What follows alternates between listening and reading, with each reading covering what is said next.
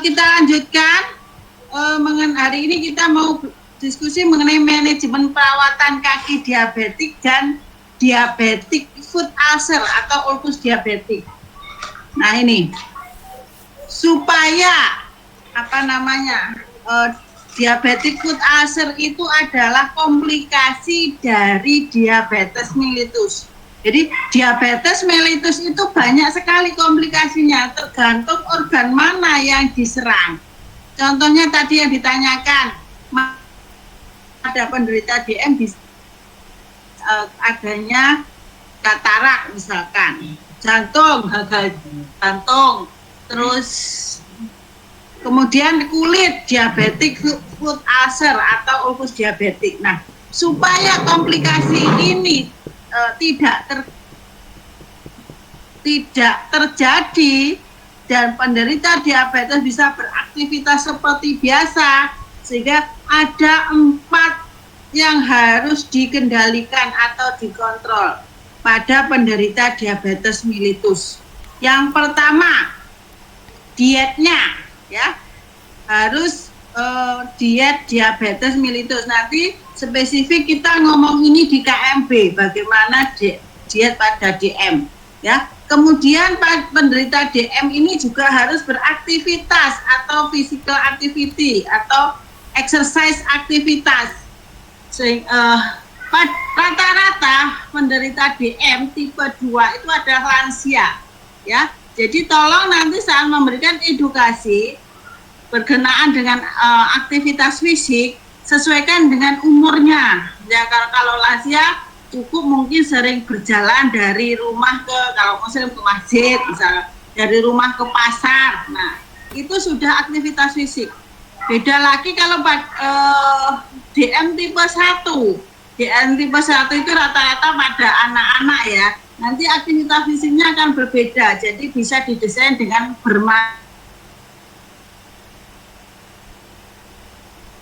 Untuk mengontrol diabetes ini supaya tidak muncul komplikasi dan penderita DM bisa melakukan aktivitas seperti orang-orang normalnya, maksudnya orang normal lainnya, maka selain diet sama aktivitas fisik, tekanan gula darah.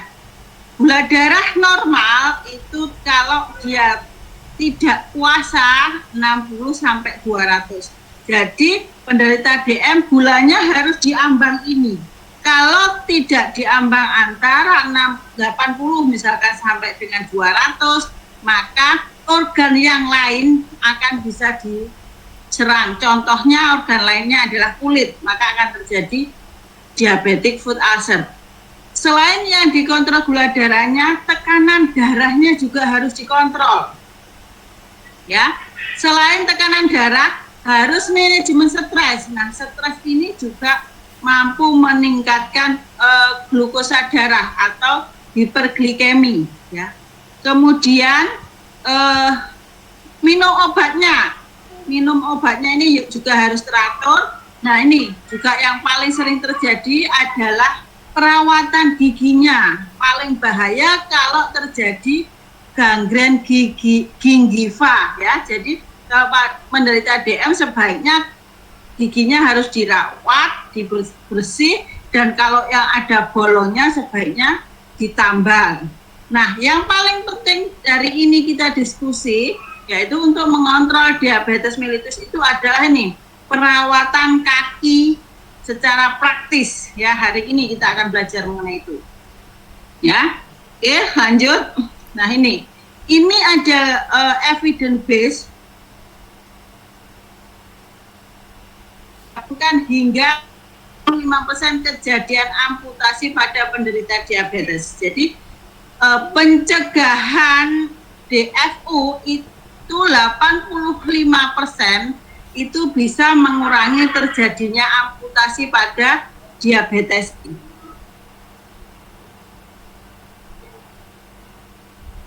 Ya. Oke, ini kejadian amputasi, cacat, bahkan kematian akibat kaki diabetes dapat dicegah, perlu dilakukan deteksi dini atau kelainan kaki, serta perawatan kaki yang baik dan benar. Nah, hari ini kita akan belajar bagaimana mendeteksi kaki diabetik dan melakukan perawatan kaki diabetik. Sebelum ke sana, saya ingin menjelaskan dulu penyebab dari diabetic foot ulcer. Awalnya karena adanya diabetes mellitus, ya. Diabetes mellitus adanya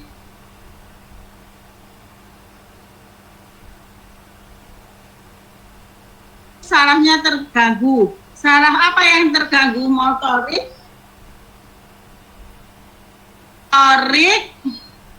sensorik, dan otonom. Ya. Akibat dari gangguan ini adalah diabetic foot ulcer. Nanti akan saya jelaskan di belakang. Selain gangguan penyebab DFU, selain neuropati karena adanya trauma, misalkan jatuh terluka, kecocok paku, kecocok beling, akibatnya terjadi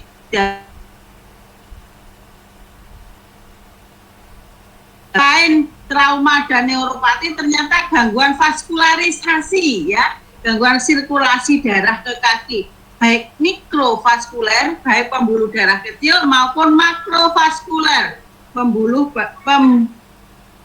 darah besar. Akibatnya kaki ini akan jadi iskemik, lama-lama akan jadi diabetic foot ulcer karena kekurangan oksigen di kaki. Nah, jika diabetic foot ulcer ini kita tidak bagus melakukan perawatannya, risiko terbesar terjadinya DFU itu ada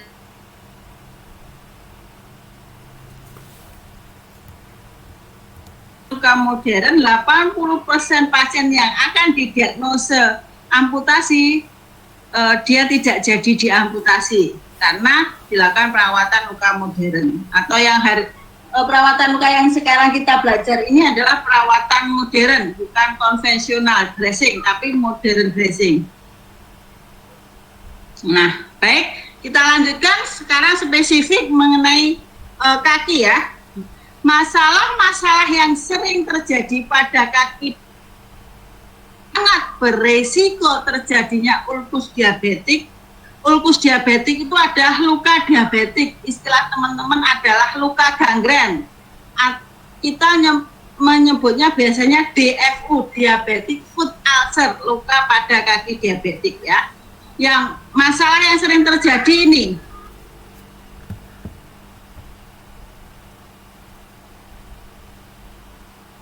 karena apa? Seringnya kulit itu bergesekan dengan sepatu, maka akan terjadi kalus. Nah, kalus ini kalau tidak kita lakukan perawatan atau dibuang lama-lama kegesek menekan jaringan di bawahnya, akan terjadi luka. Namanya adalah luka diabetik atau DFU.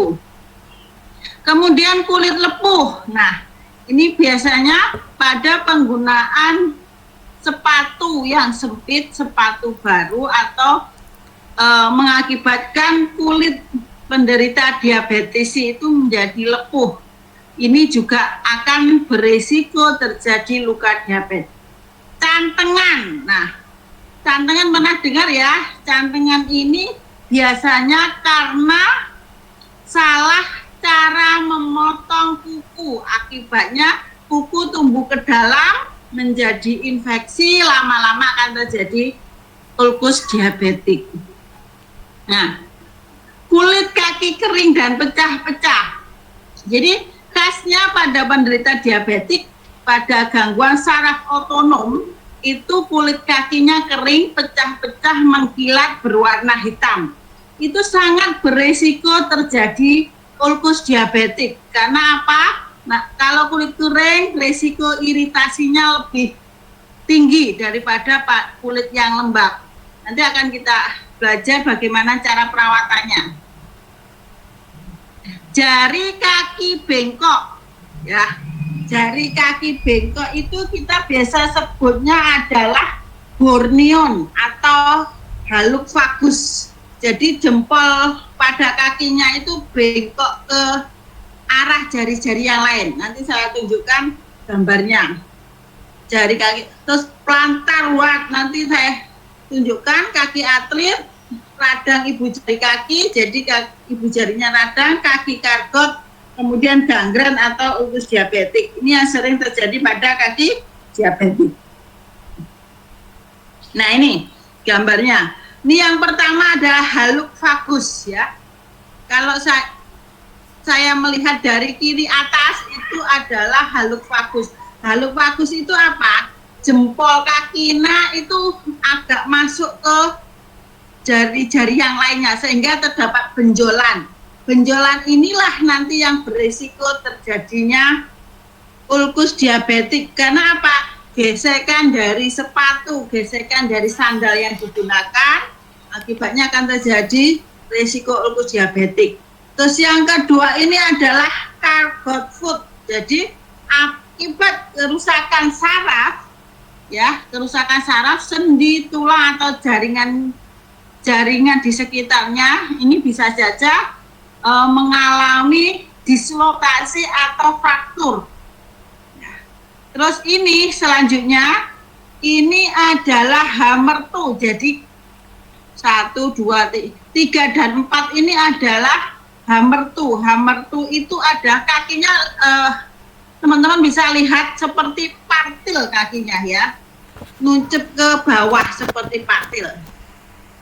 Ya, itu berisiko terjadinya ulkus, terutama yang ada tonjolannya ini ya, tonjolan-tonjolan ini. Nanti di belakang saya jelaskan. Oke, yang kedua, ini di bawahnya tengah-tengah ini adalah kalus atau kapal. Ini juga beresiko. Ini corn. Corn itu sama dengan kalus. Corn itu biasa kita sebut adalah mata ikan. Sama kayak kalus, bedanya corn itu nyeri, ya. Kalau kalus tidak nyeri. Kalau corn nyeri. Nah, ini lihat kaki pecah-pecah juga berisiko. Lihat kukunya pada penderita DM itu biasanya seperti ini, keras, kaku, dan biasanya ada jamurnya. Terus ini tadi saya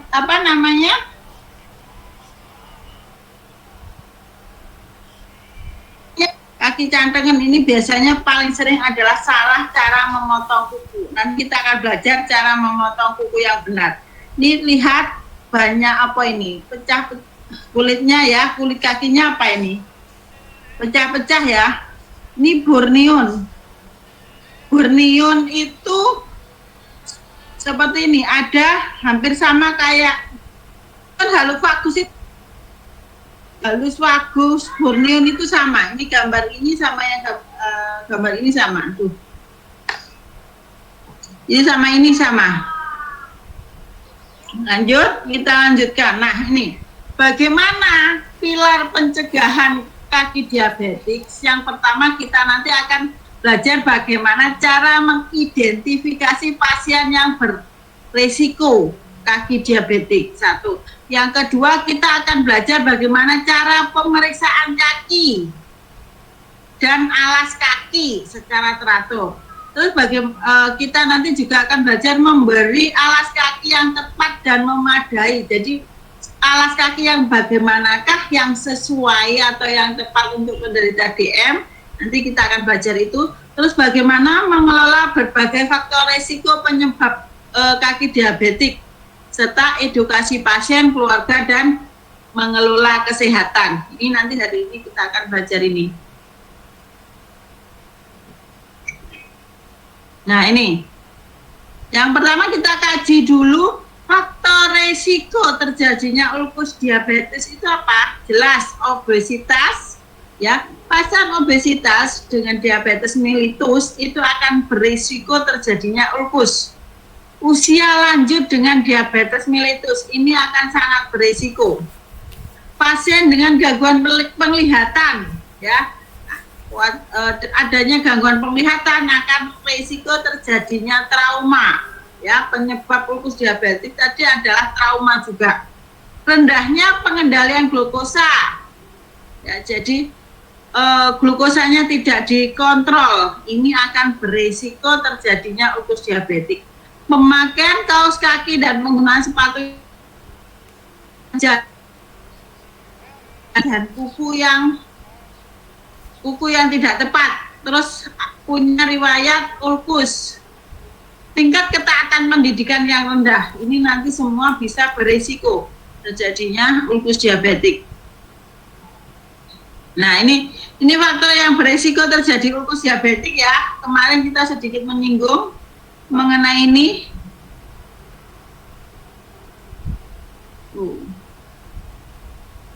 Nah, ini ya, PAD itu adalah peripheral arterial disease-nya. Ini tadi adanya sumbatan di pembuluh darah yang kakinya pucat ya, akibat dari sumbatan lipid. Ini kemarin sudah kita singgung. Ini kelihatan kalau saya geser gambarnya. Ya, kelihatan Bu. Oke. Nah, resiko PAD ini untuk mengetahuinya kita mengukur ABI. Kemarin ABI sudah kita diskusikan bagaimana cara mengukurnya, tidak perlu saya jelaskan lagi. Nah, untuk mendeteksi adanya gangguan saraf sensorik, kita gunakan namanya monofilamen. Ya, semoga kita ada kesempatan untuk praktek mengukur, mengukur atau memeriksa gangguan sensorik pada pasien DM. Ini titik-titik yang ada ini di kanan atas ini, kaki ini adalah titik-titik yang kita periksa untuk mendeteksi gangguan saraf sensornya menggunakan alat namanya monofilamen. Nah, ini oke. Di awal sudah saya jelaskan tadi bahwa penyebab diabetic foot ulcer itu adalah gangguan neuropati perifer. Ya, neuropati perifer itu adalah saraf tepi. Saraf tepi itu ada 3. Ya, saraf sensorik, saraf motorik, dan saraf otonom. Nah, yang bagaimana tanda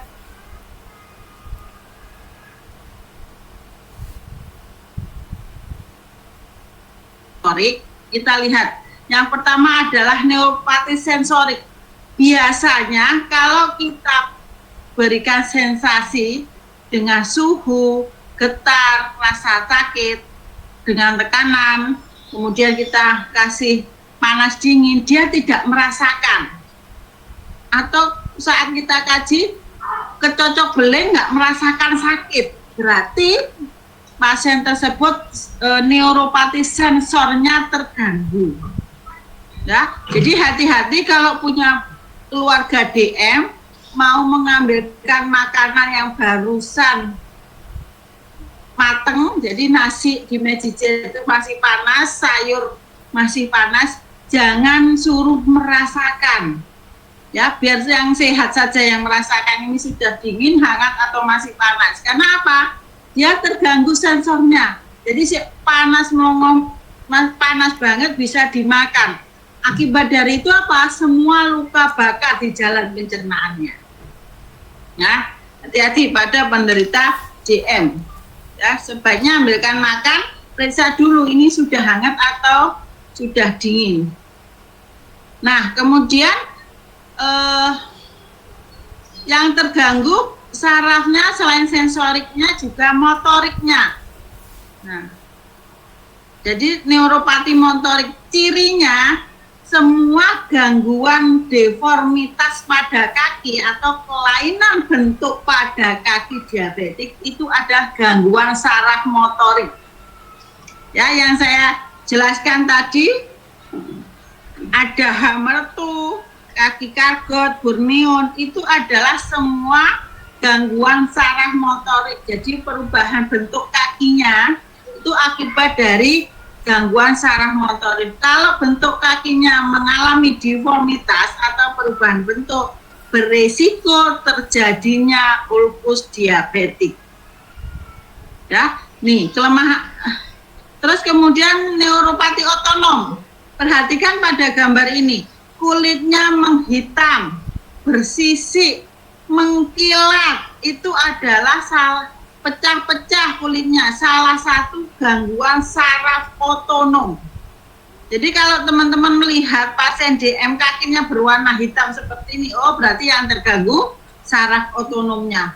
Oh kalau melihat kakinya, bentuk kakinya seperti martil ini, oh berarti yang terganggu saraf motoriknya. oh kok pecah-pecah kayak gini, berarti yang terganggu saraf otonomnya.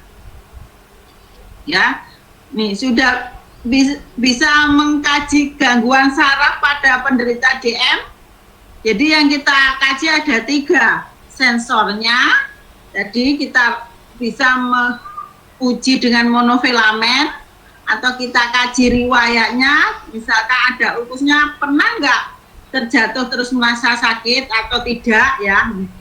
Terus motoriknya ini, kalau motorik jadi semua kelainan bentuk kaki atau deformitas pada kaki itu berarti yang terganggu motoriknya. Otonomnya itu pada kulitnya ya. Jadi kulitnya kering, pecah-pecah, terus tidak ada rambut, rambut pada kulit itu apa namanya? Ya itu tidak ada, berarti dia yang terganggu adalah otonomnya. Nah ini, pada penderita DM juga terjadi kelainan pada pertumbuhan kaki. Teman-teman bisa lihat kelainan pada pertumbuhan kaki ini juga beresiko semua terjadinya ulkus diabetik. Perhatikan juga kulit kakinya ya. Ada yang berwarna hitam, ada yang pecah-pecah, ada yang mengkilat. Nah, ini berarti gangguan saraf otonomnya. Perhatikan pada bentuk kakinya. Ini ada yang seperti kaki martil. Berarti ini kalau bentuk kakinya terjadi perubahan seperti ini, berarti gangguan motoriknya, saraf motoriknya. Mohon izin Bu, slide-nya belum. Oh ya, tadi tadi sudah tanya. Oke. Tak stop dulu ya.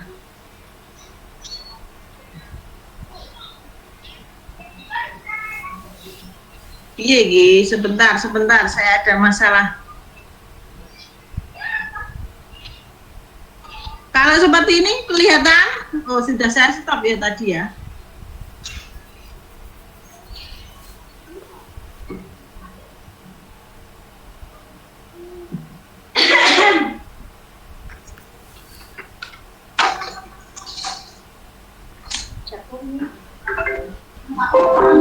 Oke, bisa kelihatan?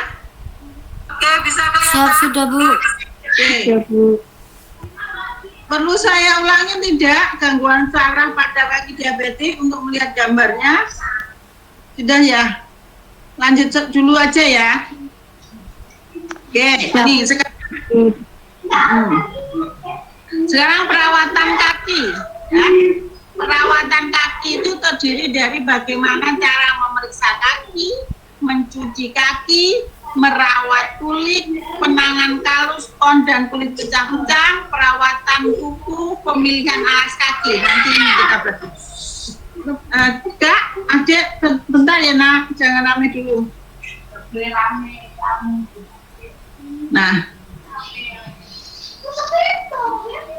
Nah ini ya, sebenarnya ini alat-alat ini semua ada di salon. Yang teman-teman yang pernah pedikur manikur kayaknya itu adalah ilmu kita perawatan ya, dipakai oleh teman-teman salon. Silakan nanti teman-teman bisa mengembangkan perawatan kaki ini di rumah sakit, terutama untuk kaki diabetik.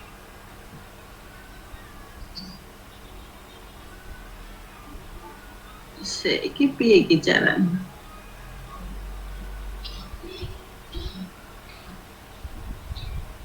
Nah ini sekarang pemeriksaan kaki setiap hari ya.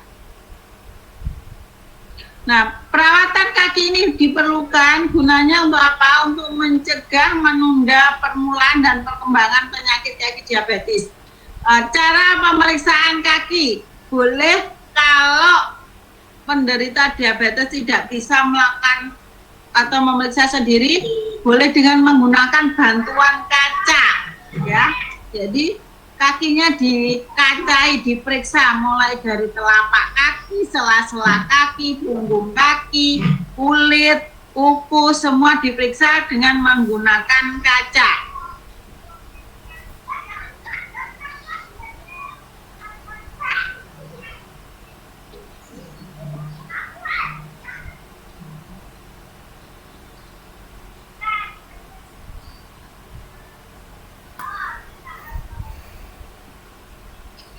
Sebentar. Bentar.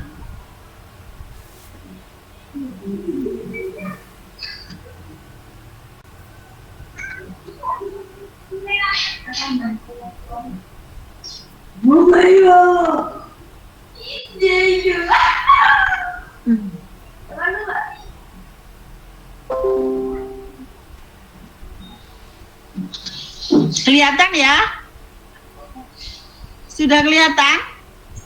Siap, Bu. Materinya saya ganti. Jadi kok perawatan kaki, pemeriksaan kakinya mana? Oke, jadi pemeriksaan kaki nanti kalau bisa dilihat secara mata telanjang bisa dilakukan dengan mata telanjang. Kalau tidak bisa dengan bantuan kaca. Jadi kakinya diperiksa semuanya, mulai dari punggung, kaki, telapak kaki, sela-sela jari, terus kuku, kulit, semua diperiksa ya. Kalau itu tidak, kemudian itu tadi cara pemeriksaan kaki diabetik. Kemudian perawatan kaki diabetik untuk sehari-hari. Nah, untuk perawatan kaki sehari-hari sebenarnya sangat mudah dan sering dilakukan, yaitu mencuci luka dengan menggunakan air yang bersih dan menggunakan sabun mandi. Ya, semua kakinya dicuci, sela-sela kakinya juga dicuci. Kemudian setelah selesai dicuci, dikeringkan, ya, dikeringkan, terutama di sela-sela jari kaki. Karena apa? Sela-sela jari kaki itu tidak boleh lembab. Kalau lembab akan tumbuh jamur, maka nanti akan muncul namanya apa? Bahasa angkerangan itu apa? Kerangan itu, kutu ya, karena lembab. Sehingga kutu air ini berisiko terjadinya ulkus diabetik. Banyak kasus saya juga pernah menemukan saat bersama teman-teman praktek di ruang 3, awalnya lukanya awalnya hanya ada kutu air di sela kaki, jadi semua kakinya jadi ulkus ya, akibat dari kemungkinan karena setiap mandi sela-selanya ini tidak dikeringkan. Setelah itu diberi hand body atau lotion, ini terutama teman-teman perempuan rajin ya. Harapannya teman-teman yang laki-laki juga rajin supaya kulit kakinya jadi lembab. Tapi tidak boleh diberikan hand body pada sela-sela kakinya. Ya, itu tidak boleh. Ini tidak ada gambarnya materi ini. Tidak boleh ini sih ngono gambarin.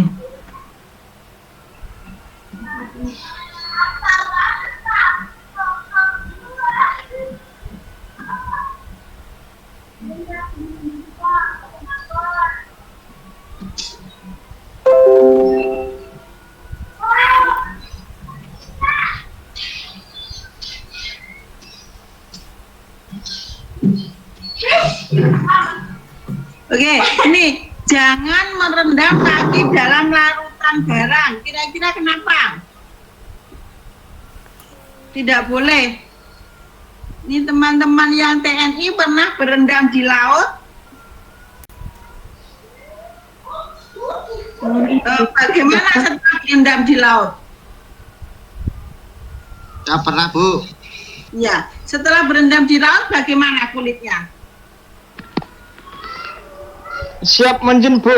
Agak ada warnanya kayak bersisik, Bu, kadang-kadang. Ya, kering dan bersisik. Nah, Kering, makanya Bu. ya, kering. Ya, ini tidak boleh pada diabetes mellitus. Karena apa? Kulit akan menjadi kering dan bersisik, sehingga nanti akan berisiko terjadinya lupus diabetik.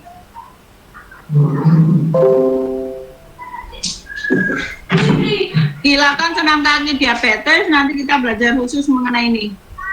Terus ini cara memotong kuku, perhatikan. tidak boleh memotong kuku itu seperti yang gambar di silang ini. Jadi melengkung, menyesuaikan bentuk kakinya, tetapi harus lurus. Cara memotong kuku kaki ya ini. Kenapa? Kalau melengkung seperti ini, pertumbuhan kukunya nanti akan masuk ke dalam, akibatnya berisiko terjadi cantengan. Dan sebaiknya memotong kuku ini setelah mandi supaya kukunya lunak. Teman-teman kalau memotong kukunya sendiri lunak walaupun tidak mandi. Karena apa? Kukunya sehat. Tadi kita melihat kuku pada penderita DM itu keras, ya, sangat keras, berwarna kuning dan itu sangat susah untuk dipotong. Sehingga sebaiknya memotongnya setelah mandi atau direndam dulu. Direndam dulu biar lunak kukunya. Ya, jadi tidak. Nih, bisa dilihat ya, bisa dibedakan cara memotongnya lurus, tidak boleh melengkung. Nih.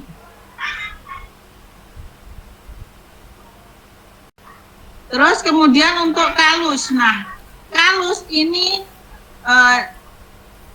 paling sering terjadi ke teman-teman yang sering menggunakan sepatu sehingga sering terjadi gesekan. Nah, akibat kalus inilah nanti akan berisiko apa bisa terjadi ulkus.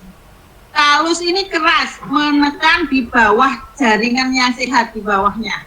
Kemudian kegesek-gesek akan menjadi iritasi dan menjadi luka. Begitu juga kon. Maka bagaimana cara perawatannya?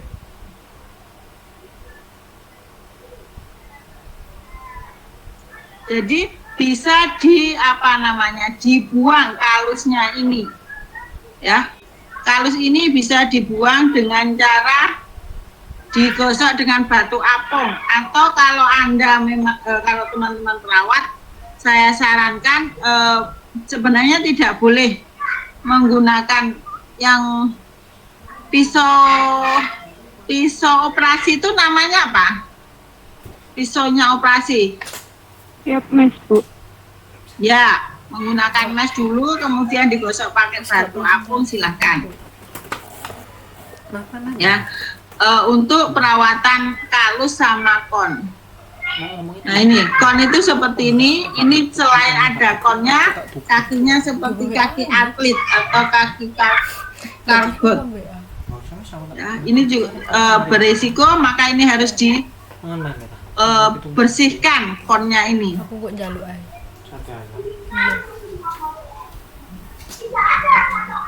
Nah ini penangannya, kalau dapat ditipiskan dengan menggunakan ini alatnya. Tidak boleh menggunakan silet atau cutter.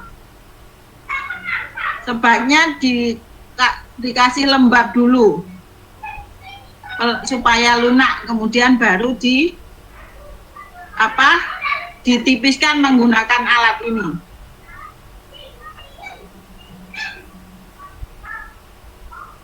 Nah, ini adalah kalus. Ya, ini kalau luka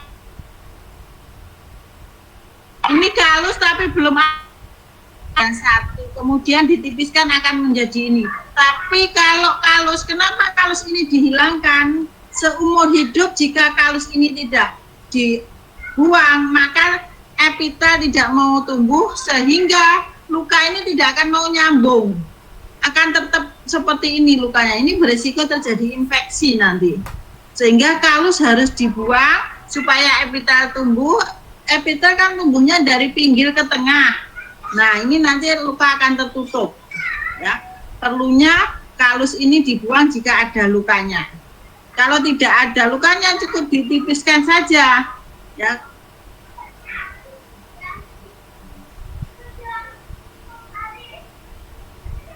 Ini tadi sudah saya jelaskan penanganan kon. Kon itu sama kayak kalus, bedanya nyeri dan ada mata kakinya, ada matanya.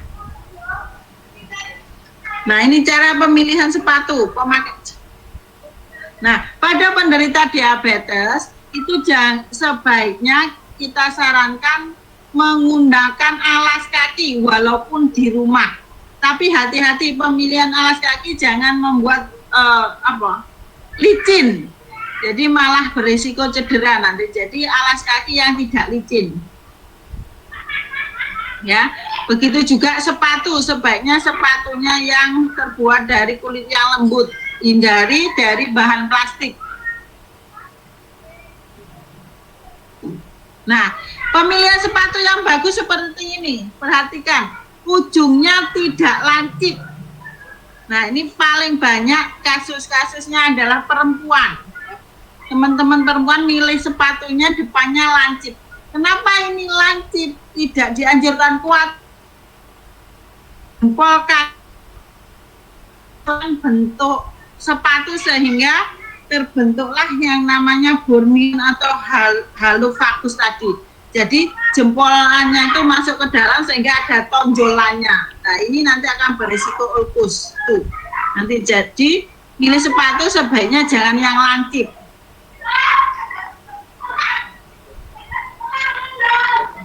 Nah,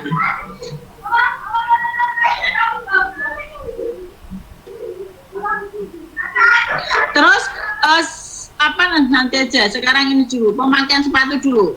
Cara pemakaian sepatu, periksa bagian dalam sepatu dengan tangan untuk mengetahui bahwa di dalam sepatunya itu ada benda asing, misalkan kerikil atau benda-benda yang merusak kulit, sehingga kita periksa dulu. Kalau memang ada, kita buang misalkan batu dibuang dulu, kerikil itu dibuang dulu. Terus periksa keadaan telapak kaki setiap hari tadi ya, di awal setiap hari kita lakukan pemeriksaan kaki. Belilah sepatu di sore hari. Ya, kenapa di sore hari? Di sore hari itu kaki fase dilatasi maksimal. Jadi aktivitasnya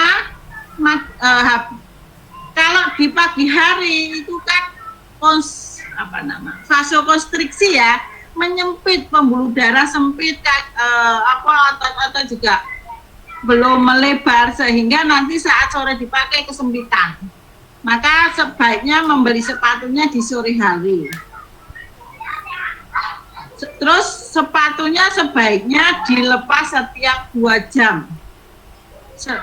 Selama 2-3 bulan. Ini kalau sepatunya baru. Terus cara memilihnya, kalau bisa sepatunya dikasih jarak 2 cm, dilebihkan 2 cm. Ya, banyak kasus pasien saya yang datang itu kaki martil karena ikut senam lansia, terus kakinya sempit, kakinya menyesuaikan dengan sepatunya sehingga nekuk. Jadi kakinya nekuk. Nah, ini karena pada lansia itu kan fungsi secara fisiologi, fungsi tubuhnya kan juga mengalami penurunan, terus terpapar itu, terus sampai sekarang dia kok ini kakinya seperti partil, dan itu bisa diperbaiki oleh dokter bedah. Tapi kalau usia lansia kan ya kok tidak direkomendasikan, cukup dilakukan perawatan kaki saja.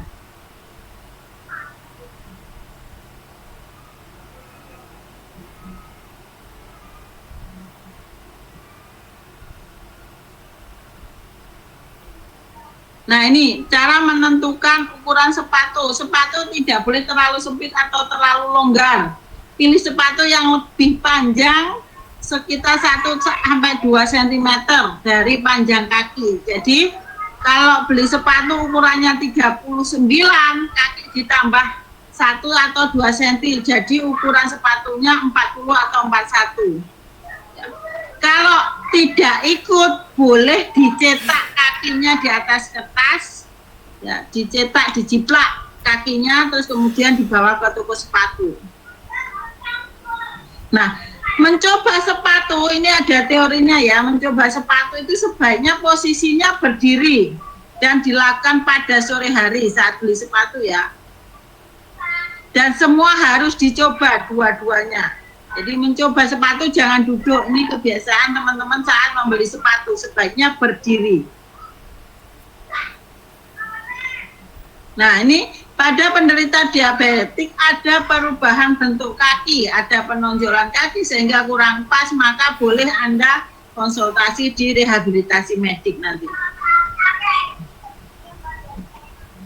Nah, ini pemilihan kaos kaki. Kakinya harus tebal, terus ukurannya harus pas. Sebaiknya saat menggunakan sepatu itu menggunakan kaos kaki.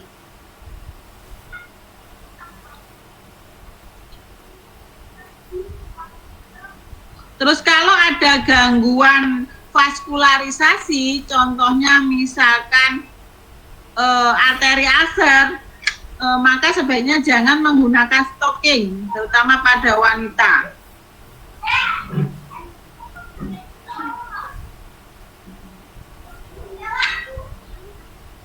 Nah ini, perhatikan selalu gunakan alas kaki walaupun di dalam rumah. Selalu periksa sepatu dengan tangan terlebih dahulu setiap kali akan memakai alas kaki. Ganti kaos kaki setiap hari. Ya teman-teman, untuk perawatan kaki, kaos kaki itu sebaiknya diganti sehari sekali ya. Tidak seminggu 2 kali atau seminggu 1 kali. Nah, jangan menyilangkan kaki pada saat duduk. Nah, ini terutama pada cewek sering duduknya apa namanya? Menyilangkan itu namanya apa? Duduk seperti apa? Kenapa kira-kira kok tidak boleh? Siap menizin karena tekanannya, Bu. Karena apa? Karena terjadi penekanan mungkin. Iya, jadi aliran darahnya tidak lancar, akan terjadi tekanan, membuat aliran darah tidak lancar, ya. Jadi maka aliran darah ke kaki tidak optimal. Ini paling sering teman-teman perempuan ya, menyilang duduknya. Apa sih bahasa duduk menyilang itu apa? Jangan berjalan di kegelapan, nyalakan lampu sebelum masuk ke ruangan gelap. Nah ini terutama pada lansia ya, penderita DM saat ini memang paling banyak untuk sementara lansia. Jadi karena DM itu juga yang terganggu matanya, maka lampu ini jangan dimatikan semua saat malam hari, harus ada penerangannya. Kalau tidak berisiko trauma atau jatuh. Kalau sudah terjadi itu akan terjadi ulkus diabetik. Nah, jangan meletakkan pemanas pada kaki, jelas ya, karena penderita DM itu terganggu saraf sensornya. Kalau kita kasih pemanas, maka akan terjadi luka bakar dan akan lama sembuhnya kalau dia punya DM. Terus jangan merokok. Nah ini. Oke, saya tanya untuk teman-teman yang perempuan, suka pasangan yang merokok atau yang tidak merokok?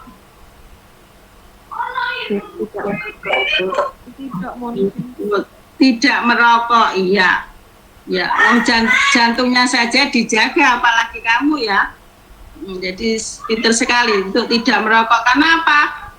Ini akan terjadi aterosklerosis nanti. Bisa terjadi juga arteri ulcer, ya, adanya tar di rokok. Jadi tar itu teman-teman bisa melihat pada orang merokok giginya berwarna hitam, itu adalah tar. Tar itu bisa menempel di pembuluh darah, nanti akan jadi sumbatan.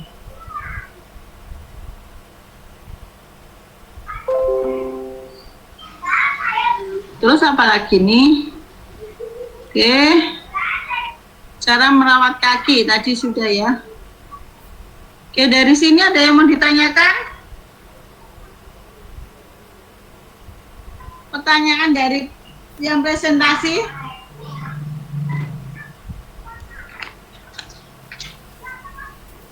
Yang presentasi tadi apa pertanyaannya? Yang belum terjawab? Masih ingat? Mohon izin, Bu. Pertanyaan dari Siti Rodia, Bu. Apakah luka diabetes dan juga arteri ulkus atau vena ulkus bisa menjadi penyakit komplikasi dan apakah ada cara memastikan selain menggunakan ABI, Bu? Mohon izin. Oh, di WA ada ya tadi? Siap, Bu, Ini. di kolom chat, Bu. Mohon izin.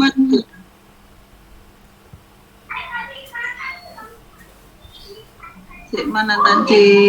Siti Rodia, apakah luka DA dan juga arteri ulkus arteri yang menjadi penyakit komplikasi dan apakah ada? Oke. Nah, jadi ulkus diabetik, arteri aser, vena aser itu adalah salah satu komplikasi dari diabetes mellitus. Ya. Jadi saya ulangi, salah satu komplikasi DM itu adalah arteri aser, vena aser, dan diabetic foot ulcer. Nah, bisa saja mengalami arteri ulcer karena apa? Ingat, pada pasien DM yang komplikasinya DFU itu salah satu penyebabnya adalah gangguan vaskularisasi, ya, gangguan vaskularisasi, bisa arteri, bisa vena, sehingga bisa saja lukanya ini karena vena ulcer, juga karena arteri ulcer atau mix. Tuh penyebabnya ya, penyebab diabetic foot ulcer itu karena gangguan vaskularisasi. Terus cara membedakan ini arteri ulcer, vena ulcer atau diabetic foot ulcer, kita melihat dari ABI yang pertama ya. Yang kedua, ciri-ciri kliniknya. Pada arteri ulcer itu biasanya pucat, kakinya pucat. Karena apa? Kekurangan oksigen di kakinya. Disebabkan karena apa? Aliran darah arteri yang ke kaki tidak optimal. Karena aliran darahnya tadi ada sumbatannya. Yang bisa menyumbat itu bisa lipid, bisa TAN. Ya. Tuh. Tanda kliniknya pada arteri ulcer. Terus kemarin sudah saya jelaskan. Kalau arteri ulcer dia akan lebih nyaman, posisi kakinya lebih rendah daripada posisi jantung. Dia akan lebih nyaman. Tapi kalau kebalikan, posisi kakinya lebih jantung, dia akan nyeri yang hebat. Tuh, berarti itu adalah tanda klinik arteri ulcer. CRT-nya, ya, CRT-nya kurang dari berapa normalnya? CRT-nya lebih dari 2 ya, 2 detik atau 3 detik? Siap, 2 detik, Terus Bu. pucat, ya, pucat itu tanda-tanda arteri ulcer. Kalau itu tidak ada, kita berarti tinggal milih. Ini vena ulcer, ataukah diabetic foot ulcer murni, ataukah gangren diabetik. Ya, oke. Ada kemungkinan. Coba perhatikan kakinya, kalau seperti botol enggak. Jadi ingat pada vena ulcer itu kan ada kerusakan klep yang memompa darah menuju jantung. Nah, kalau kakinya itu seperti botol, jadi sing dhuwur gede, sing iso cilik, berarti itu selain ABI ya meriksanya ya, berarti itu mengarah ke vena ulcer.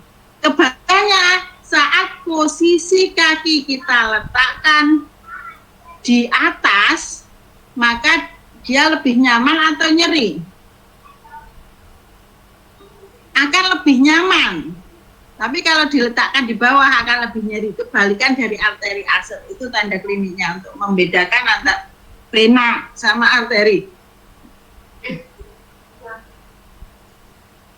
Terus kemudian tanda klinik yang lain apa untuk vena ulcer? Lukanya, ya, lukanya itu posisinya biasanya itu di bagian apa ya? Saya kok lupa ngomong anatominya. Terus ini lukanya biasanya eksudatnya lebih banyak. Kalau arteri ulcer itu tidak ada eksudat atau lukanya kering. Anda biasa sebutnya adalah DM kering. Kalau DM basah itu salah satunya bisa vena ulcer. Jadi eksudatnya banyak. Cairan yang dikeluarkan oleh luka itu lebih banyak cirinya. Nah, kalau itu tanda-tanda vena ulcer. Oke, kita perhatikan ternyata antara vena ulcer, arteri ulcer nggak ada. Berarti kita tinggal ada 2. Ini diabetic foot ulcer ataukah diabetic foot ulcer yang terinfeksi atau kita sebut dengan gangren diabetik. Bagaimana cara membedakan? Kalau tanda-tanda kliniknya yang Anda bedakan adalah tanda-tanda infeksi. Kulitnya kemerahan tidak, terus teraba hangat tidak, nyeri tidak. Nah, kalau tidak semua berarti ini diabetic foot ulcer tanpa infeksi. Ya. Tapi kalau dia kemerahan, bengkak, nyeri, ya tanda-tanda infeksi di lokalnya luka, terus kemudian kita periksa leukositnya tinggi, oh berarti ini DFU infeksi, atau yang paling sering adalah diabetic foot ulcer, ya apa gangren ya. Gangren itu sebenarnya yang merusak itu bukan bakterinya, jadi gas gangrennya. Jadi bakterinya namanya bakteri Clostridium, dia mengeluarkan gas namanya gas gangren. Gas gangren inilah yang merusak jaringan di sekitarnya sehingga jaringannya jadi busuk. Ya itu yang paling bahaya kalau DM sudah terinfeksi. Nah itu bisa membedakan ya antara arteri ulcer, vena ulcer, diabetic foot ulcer tanpa infeksi sama diabetic foot ulcer dengan infeksi. Nah, bisa membedakan? Sudah terjawab belum ini ya? Siap Bu, terima kasih. Kita lihat tanda-tanda klinisnya bisa dibedakan. Tidak hanya tanda klinik, tapi juga harus dengan pemeriksaan penunjang. Atau mungkin vena ulcer yang terinfeksi juga bisa. Arteri ulcer yang terinfeksi juga bisa. Nanti tinggal kita lihat tanda kliniknya sama pemeriksaan penunjangnya. Vena sama arteri ulcer, tapi yo infeksi, yo iso juga. Ya. Nanti semakin terpapar, teman-teman akan bisa membedakan tanda kliniknya. Oke, terus apa lagi yang belum terjawab? Sudah terjawab semua? Siap, sudah terjawab semua. Yang belum materinya adalah saya ajarkan senam kaki diabetik. Nanti silakan, banyak sekali senam kaki diabetik di video YouTube, boleh teman-teman melihat. Bisa menggunakan koran, ya, bisa menggunakan apa namanya botol, bisa menggunakan bola, silahkan. Fungsinya tuh senam kaki diabetik itu aliran darah ke kaki itu bisa lancar, sekaligus merangsang sarafnya, saraf perifer yang ada di kaki. Jadi senam kaki diabetik.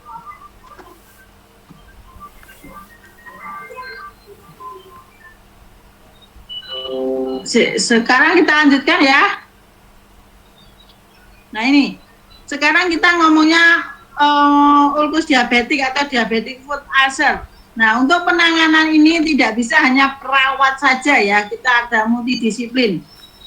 Kalau dokter kita kolaborasinya untuk mengontrol gula darahnya, misalkan ahli gizi kita mengontrol untuk dietnya. Ya, jadi kalau ulkus diabetik ini kontrol juga iskemiknya. Kenapa iskemik tadi ya, penyakit penyakit arteri. Atau ini kalau DM ini dibiarkan juga bisa arteri ulcer nanti. Terus perawatan luka modern.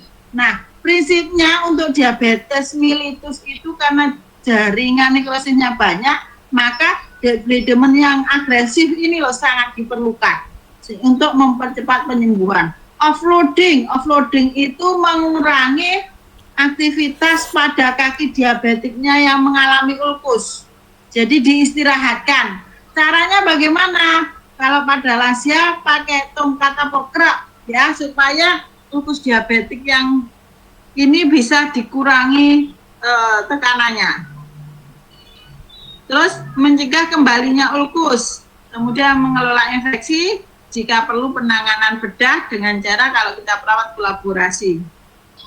Nah ini contoh luka diabetik. Ini kelihatan tidak ada lukanya ya yang pertama ini. Padahal ini adalah jaringan nekrosis tok. Ini yang harus dibuang. Tugas kita debridement yang agresif, membuang jaringan yang berwarna hitam. Nah ini. Bisa kita lihat gridnya. Belum hilang ya gambarnya kaki normal. Kaki normal itu di awal tadi Kaki normal itu seperti ini. Ya, di awal tadi ya, kaki normal dan sehat. Ini seperti ini gambar ini.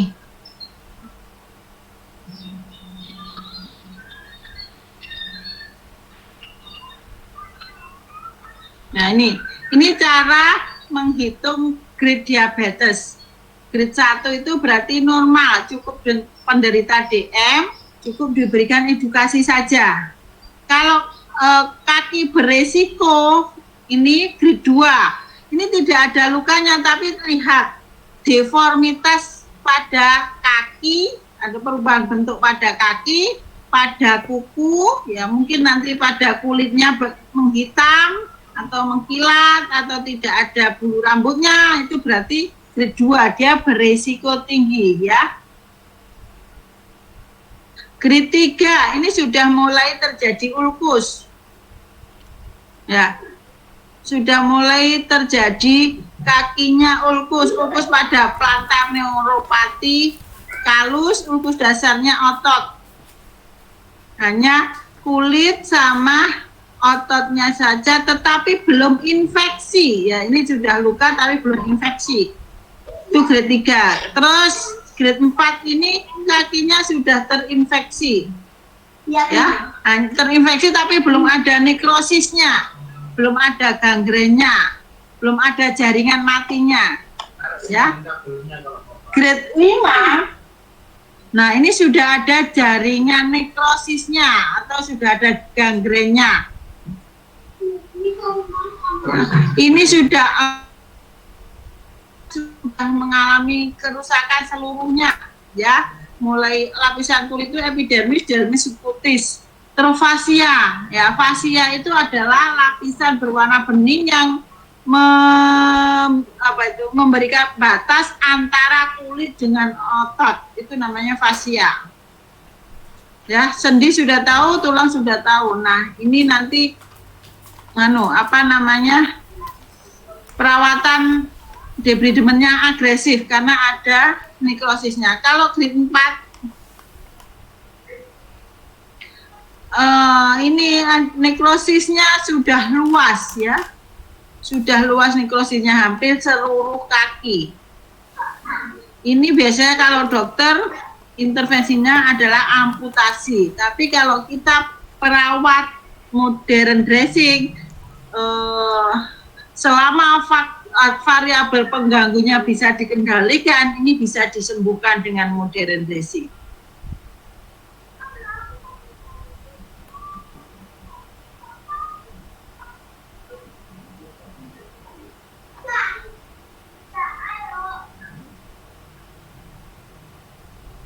Baik, ada yang mau ditanyakan? Ada yang mau didiskusikan? Prinsipnya untuk perawatan luka itu sama. Yang pertama kita lakukan pengajian, yang kedua kita cuci lukanya, yang ketiga terutama pada DM ini adalah debridement agresif ya. Keempat pemilihan dressing. Oke. Pernah belajar sama Bu Kristi manajemen perawatan luka kronis menggunakan time. Boleh, silahkan.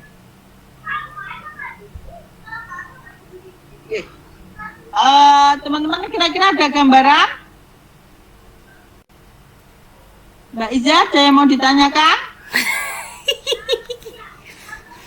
Ya, cukup, Bu. Oke, Mbak Siti cukup. Ini pertanyaan semua terjawab ya.